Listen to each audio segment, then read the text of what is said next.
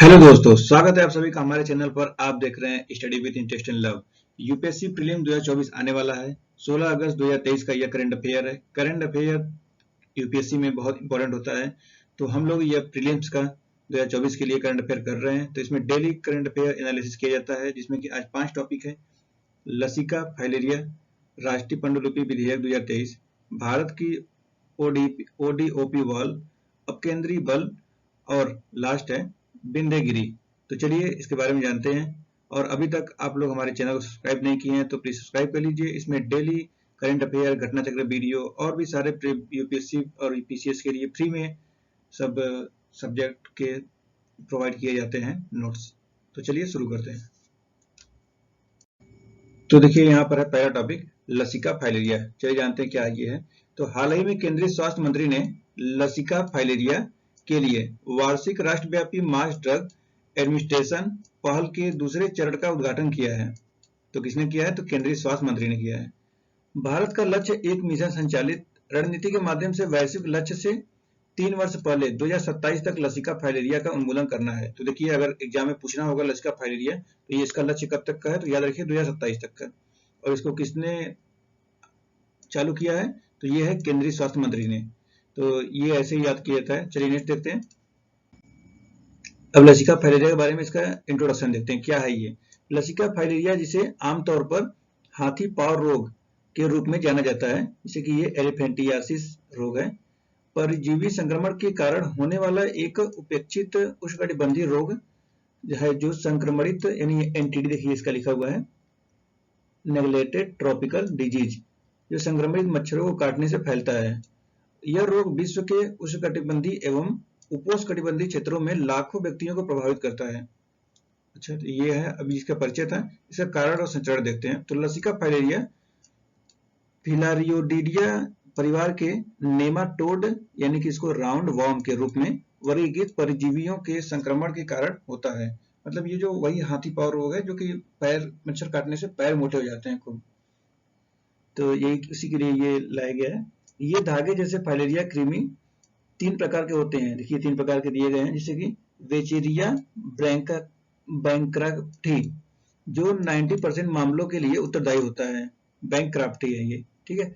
और यहाँ पे है फिर बुगिया मलाई, जो कि जो शेष अधिकांश मामलों का कारण बनता है। फिर है बुगिया टिमोरी, भी इस रोग का कारण बनता है। ये 3 प्रकार थे इसके, जो कि फाइलेरिया कृमि 3 है।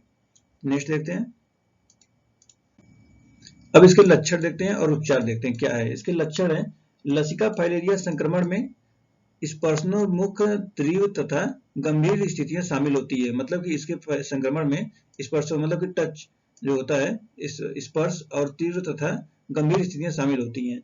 गंभीर स्थितियों में इसमें लिम्फोएडेमा, ऊतक सूजन, या एलिफेंटियासिस यानी त्वचा ऊतक का मोटा होना, जैसे कि पैर जैसे खूब मोटे हो जाते हैं, हाथ मोटे हो जाएंगे, ऐसे उसी प्रकार से, एवं हाइड्रोसील अंडकोश सूजन जैसे लक्षण देखे जाते हैं इसमें इसको काटने से हाइड्रोसील जैसी बीमारियां भी हो सकती हैं। विश्व स्वास्थ्य संगठन यानी WHO लसिका फाइलेरिया के वैश्विक उन्मूलन में तीव्रता लाने के लिए उपचार कर लिए 3 दवाओं की सिफारिश करता है। उपचार, जिसे आईडीए के रूप में जाना जाता है, में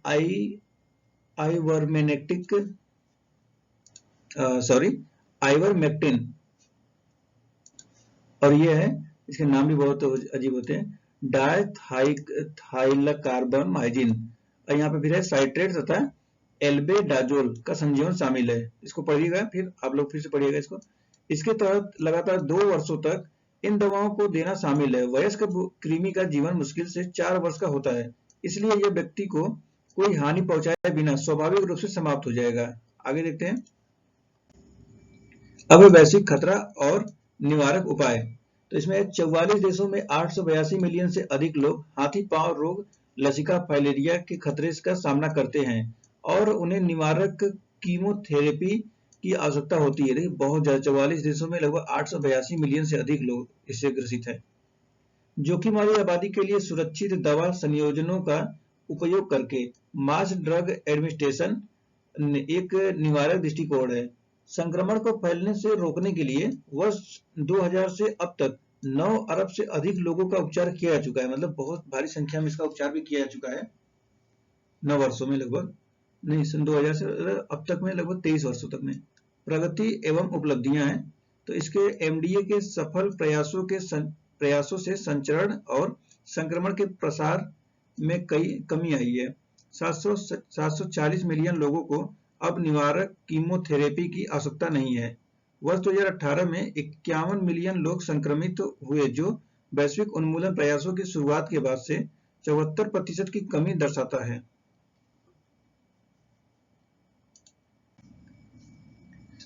इसमें आगे आता है वेक्टर रोगाणु नियंत्रण और डब्ल्यूएचओ का दृष्टिकोण क्या है।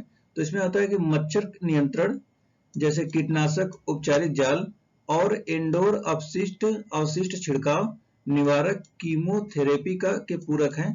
हाथी पांव रोग के उन्मूलन हेतु डब्ल्यूएचओ का वैश्विक कार्यक्रम, यानी कि इस बीमारी को खत्म करने के लक्ष्य के साथ वर्ष 2000 में शुरू किया गया था ये, और ये GPELF का लक्ष्य, यानी कि यहाँ पे जो है ग्लोबल प्रोग्राम है टू एलिमिनेट लिम्फेटिक फाइलेरियस के बारे में है कि इसका लक्ष्य निरंतर कम संक्रमण दर हासिल करना और देखभाल प्रदान करके 80% स्थानीय देशों में लसिका फाइलेरिया के उन्मूलन के सत्यापन के मानदंडों को पूरा करना है। आगे यह कार्यक्रम सभी स्थानिक देशों में पोस्ट यानी एमडीए निगरानी के लिए प्रयास करता है और अंततः एमडीए की आवश्यकता वाली आबादी को 0 तक कम कर देता है। यह रणनीति संक्रमण को फैलने से रोकने और प्रभावित व्यक्तियों को आवश्यक देखभाल प्रदान करने पर केंद्रित है। आगे देखते हैं लसिका फाइलेरिया के उन्मूलन हेतु भारत की पहल क्या है। देखिए, अब इसके लसिका के बारे में पढ़ तो लिए, लेकिन अब इसमें भारत सरकार क्या कर रही है, भारत में क्या पहल किया गया है, ये बहुत जरूरी है। तो राष्ट्रव्यापी मास ड्रग एडमिनिस्ट्रेशन अभियान स्थानीय क्षेत्रों में निवारक दवाओं की आपूर्ति करता है। विभिन्न हितधारकों, क्षेत्रों और गैर सरकारी संगठनों के सहयोग से पहल के प्रभाव को बढ़ाना, जन भागीदारी और संपूर्ण सरकार यानी होल ऑफ गवर्नमेंट तथा संपूर्ण समाज यानी होल ऑफ सोसाइटी दृष्टिकोण के माध्यम से भारत इस बीमारी को देश से खत्म करने में सक्षम होगा। एनडीएम पहल के दूसरे चरण में लक्षित हस्तक्षेप के लिए 9 स्थानिक राज्यों के 81 जिलों पर ध्यान केंद्रित किया गया है। ये राज्य हैं, जैसे कुछ जिलों के नाम है असम, बिहार, छत्तीसगढ़, झारखंड, कर्नाटक, महाराष्ट्र, ये राज्य के नाम है, इनके जिले हैं इनके अंतर्गत। महाराष्ट्र, उड़ीसा, तेलंगाना, उत्तर प्रदेश। राज्य केंद्र के सहयोग से स्वास्थ्य देखभाल, निगरानी, रोकथाम और उपचार को बढ़ावा देना है। स्वास्थ्य कर्मियों की उपस्थिति में दवा सेवन हेतु प्रोत्साहित कर अनुपालन को बढ़ावा देना है। तो ये पहल किया गया है। चलिए आगे देखते हैं।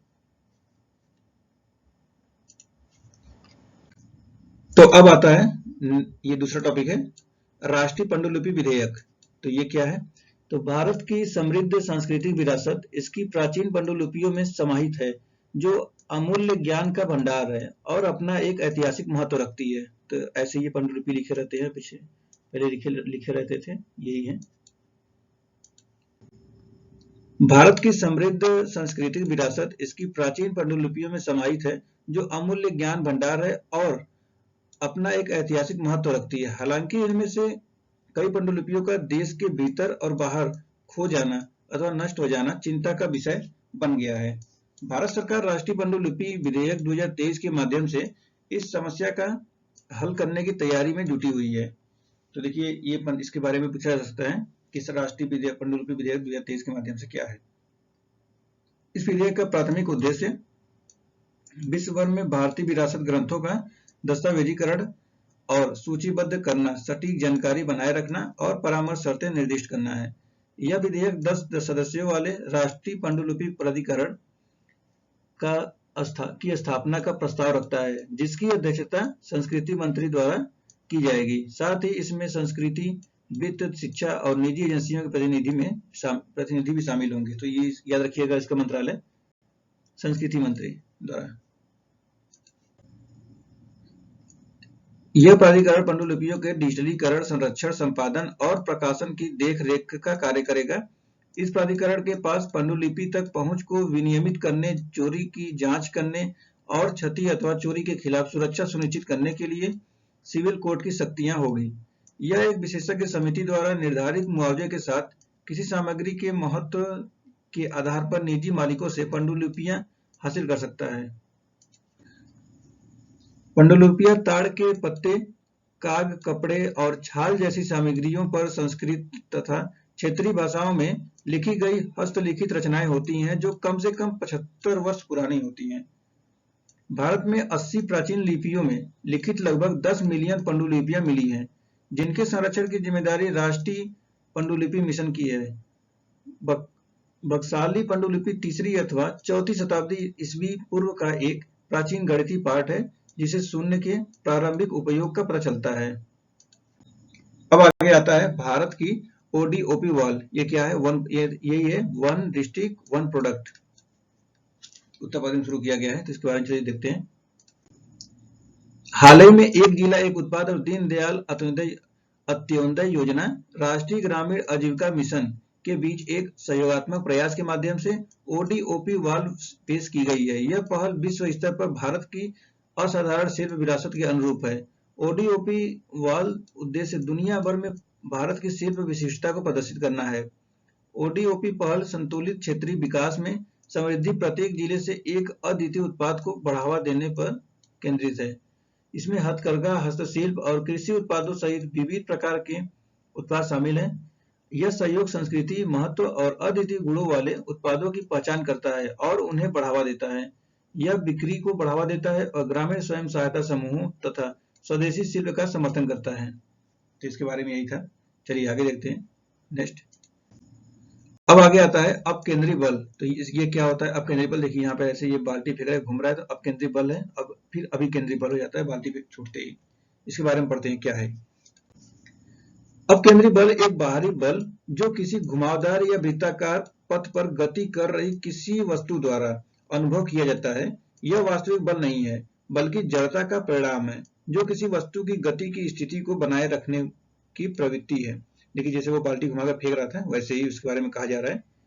यह कथित बल तब उत्पन्न होता है जब कोई वस्तु घुमावदार पथ पर चलती है और जो हमेशा घूर्णन के कारण केंद्र से दूरी होती है। मतलब अगर ऐसे करके कोई घूम रहा है तो ये जो है यहाँ बीच में ना आकर वो किनारे किनारे ही घूमती रहेगी, ऐसे उड़ती रहेगी। जैसे बाल्टी है तो बाल्टी सीधी नहीं होगी और वो टेढ़ा ही ऐसे घूमता रहेगा, तो ये कह रहा है।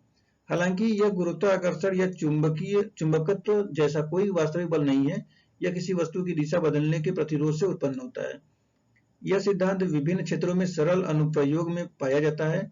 फार्मास्यूटिकल्स, डेयरी और परमाणु ऊर्जा जैसे उद्योग इस प्रतिरोध का फायदा उठाने के लिए अपकेंद्रण यंत्र का उपयोग करते हैं। वॉशिंग मशीन अपकेंद्र बल का उपयोग करके कपड़ों से पानी निकालकर स्पिन चक्र में सुखाती है। तो ये इसके बारे में था। चलिए नेक्स्ट देखते हैं। अब आता है बिंदगिरी। तो बिंदगिरी ये एक जहाज पोत है, द्रौपदी मुर्मू जी इसको लॉन्च करने वाली हैं। चलिए पढ़ते हैं इसके बारे में। तो ये 17 अगस्त 2023 को, यानी अभी जो कल के डेट में 17 अगस्त 2023 को भारत के राष्ट्रपति कोलकाता में गार्डन रिच शिप बिल्डर्स एवं इंजीनियर्स लिमिटेड के प्रोजेक्ट 17A फ्रिगेट बिंदगिरी का शुभारंभ करेंगे। यह जहाज प्रोजेक्ट 17A फ्रिगेट श्रृंखला का ये छठा जहाज में 6 नंबर का जहाज है, जिसका नाम कर्नाटक पर्वत श्रृंखला से लिया गया है। यह frigate project 17 class frigate Shivalik class का एक विकसित रूप है, जिसमें उन्नत स्टील्थ क्षमताएं, उन्नत हथियार, सेंसर और प्लेटफॉर्म प्रबंधन प्रणालियां शामिल हैं। तकनीकी रूप से परिष्कृत बिंदगिरी अपने पूर्ववर्ती पूर्व INS Vindhyagiri Leander class ASW frigate को उत्कृष्टता प्रदान करता है।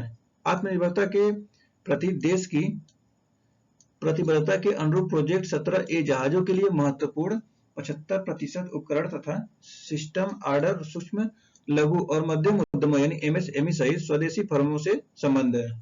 तो इस प्रकार यह प्रीलिम्स के क्वेश्चन समाप्त होते हैं। तो यह वीडियो बनाने का उद्देश्य सिर्फ इतना है कि प्रीलिम्स 2024 में कुछ जो पॉइंट होते हैं कि जो योजनाएं से क्वेश्चन आते हैं, जो कि डेली करंट अफेयर्स क्वेश्चन आते हैं, उनमें से इसमें टॉपिक उठाया जाएगा और इसको वीडियो बनाया जाएगा और इसमें कुछ क्वेश्चन होंगे तो क्वेश्चन भी सॉल्व कराए जाएंगे। तो बने रहिए आप लोग ऐसे ही वीडियो पाने के लिए नए नए वीडियो के साथ। और हमारे चैनल को सब्सक्राइब करिए, लाइक करिए, कमेंट करिए और बताइएगा कि आप लोगों को कोई सुझाव देना है, कोई समस्या हो, कोई प्रश्न से कोई समस्या जुड़ी प्रॉब्लम हो तो कमेंट बॉक्स में बताइए, हम लोग उसका समाधान निकालेंगे। और अगर कोई इसमें त्रुटि होती है तो उसके लिए भी आप लोग सुझाव दे सकते हैं। तो चलिए फिर मिलते हैं नेक्स्ट वीडियो में। Thanks for watching.